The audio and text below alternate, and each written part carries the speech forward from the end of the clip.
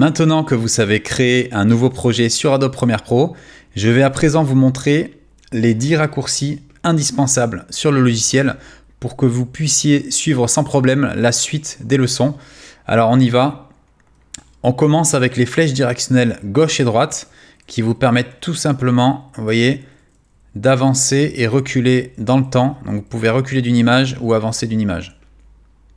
Les touches plus et moins de votre clavier vont vous permettre de zoomer plus précisément dans la timeline, ce qui va vous permettre de travailler de manière plus précise. Vous voyez, si je veux par exemple aller au bout ici, imaginons que je suis là, que je sois ici et que ça soit dézoomé comme ça, vous voyez, on ne voit pas très bien en fait là où on travaille, alors qu'en venant zoomer, vous voyez, je me recale plus précisément à la fin.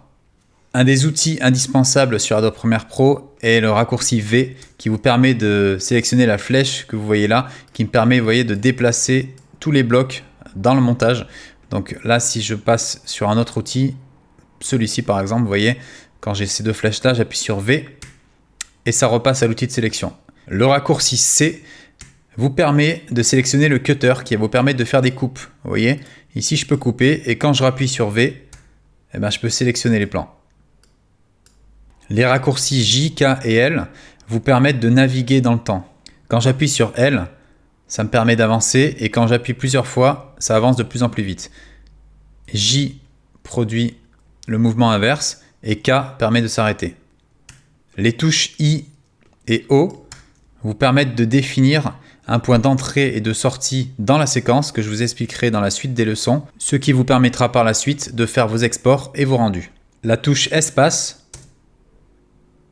vous permet de lire en temps réel votre montage. Le raccourci clavier Commande S vous permet d'enregistrer votre projet.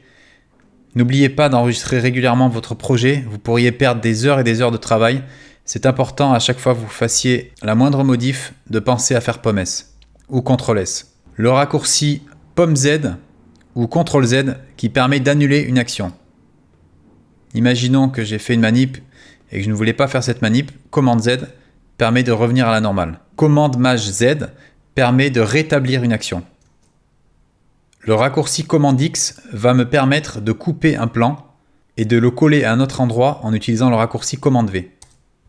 Le raccourci Commande C, quant à lui, me permet de copier un plan et de le coller à plusieurs endroits différents de la timeline.